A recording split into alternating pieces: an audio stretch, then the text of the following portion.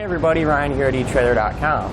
Today we're going to be taking a look at and showing you how to install the trailer hub and drum assembly, which is 10 inches in diameter, has a 5 by 5.5 bolt pattern, and is for 3,500 pound axles.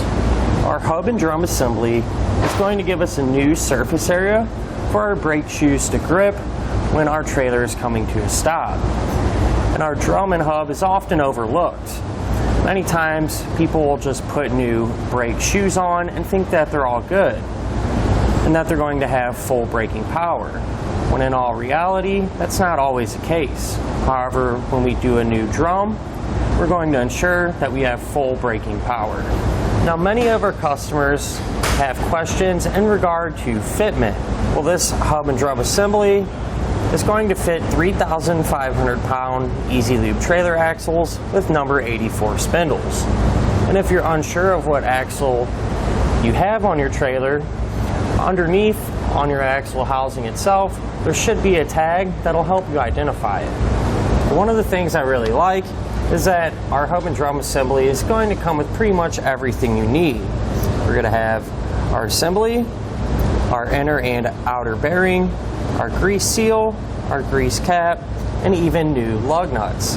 Now, a couple things I would recommend picking up if you don't have them already is some wheel bearing grease. That way you can pack those bearings, and possibly a new cotter pin for your axle nut, just in case the one you have on there gets damaged when you go to remove it. And since our cap does have a rubber plug in it, it's going to make maintenance very easy. If your axles have a grease fitting, what you can do is just pop that cap out.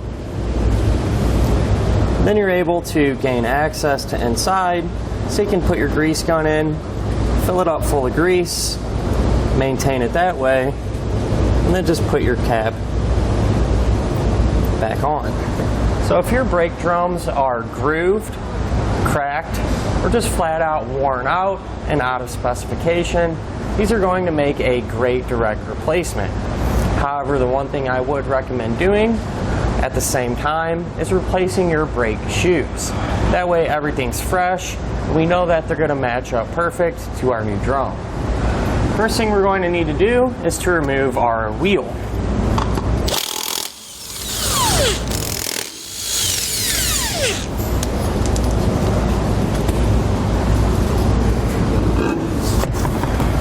Now we're going to need to remove our hub. Now, in our particular case, we're going to actually be adding brakes to our trailer. However, if you already have brakes and you're just going to be replacing your hub, you're still going to need to repeat this step. So to get your hub off, we're going to remove our cap. You can do that by using a flathead. Just get in the corner there where the cap meets the hub. Kind of just start working around, separating that cap from the hub.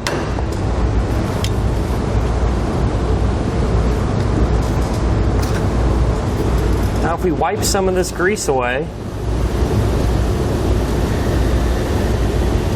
we're going to be able to see a cotter pin. We're going to have to take that cotter pin out. So I'll just use some pliers and straighten it out. And then you can work that cotter pin out.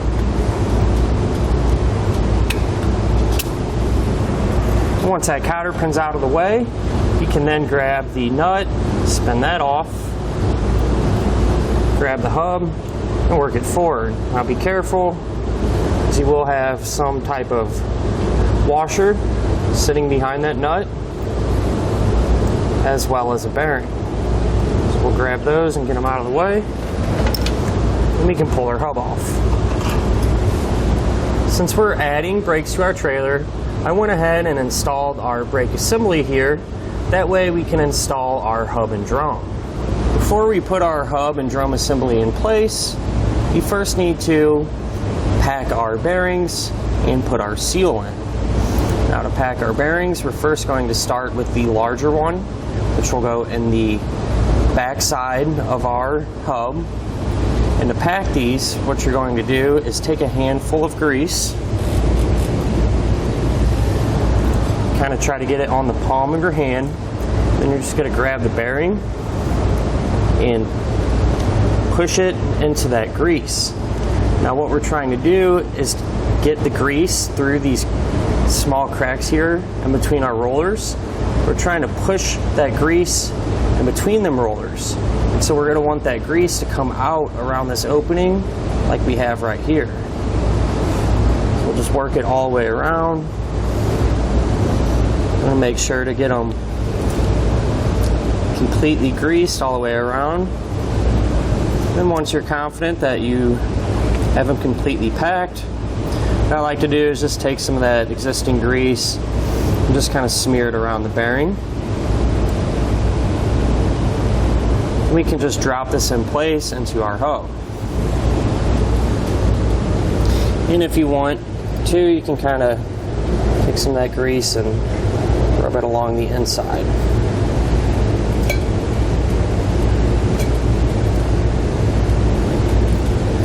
Now we can push our seal into place. And so what we're going to do is take our seal like this and line it up with the hole in the hub.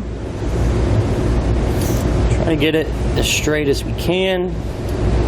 And what I like to do is use a block of wood and put it on top of that seal. And then we can lightly tap down on it. Every couple taps, just pull it off and make sure that seal is driving in evenly. If it isn't, if one side's starting to go a little more than the other, you just take that block of wood and shift it to that side that needs to get tapped down more.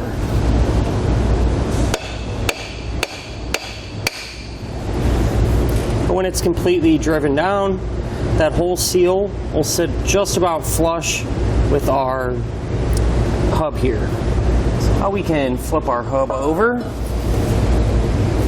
And what we're going to do before we pack and put our front bearing in place, I'm going to take some grease and really coat the inside of our hub very well, because our particular axles that we have on our trailer don't have zert fittings. So I want to make sure that we have plenty of grease inside of our hub.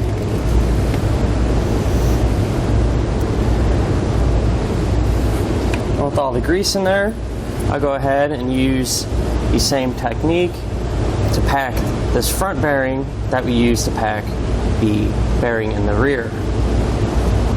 With our front bearing packed, we can just set it into place.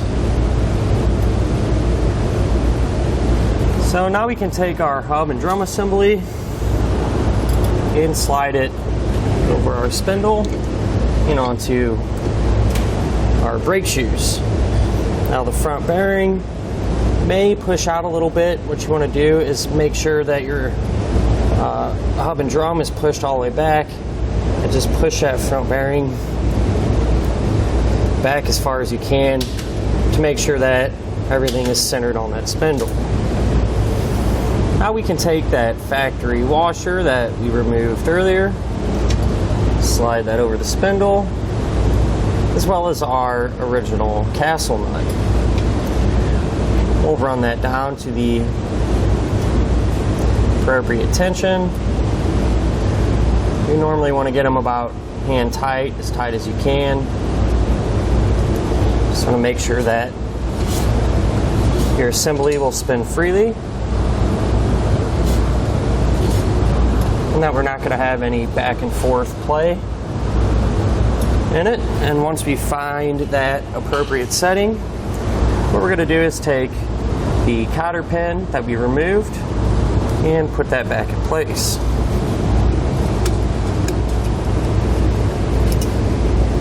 Now we're going to take our cap, line that up, and tap it into place. Now be careful when you're doing this, the way you don't bend your cap up. And if it doesn't want to slide right in, one thing you can do is take a block of wood and tap it in that way. That way it doesn't beat up our cap a whole lot. You just want to tap it down until the edge all the way around is flush with our hub. Now that everything's flush, you can take our rubber plug and just pop that into place. Now what you would do is use the included lug nuts to put your wheel and tire back on, and it would also be a good time to adjust your brakes if you need to. And that'll do it for our look at and our installation of our trailer hub and drum assembly for 3,500 pound axles.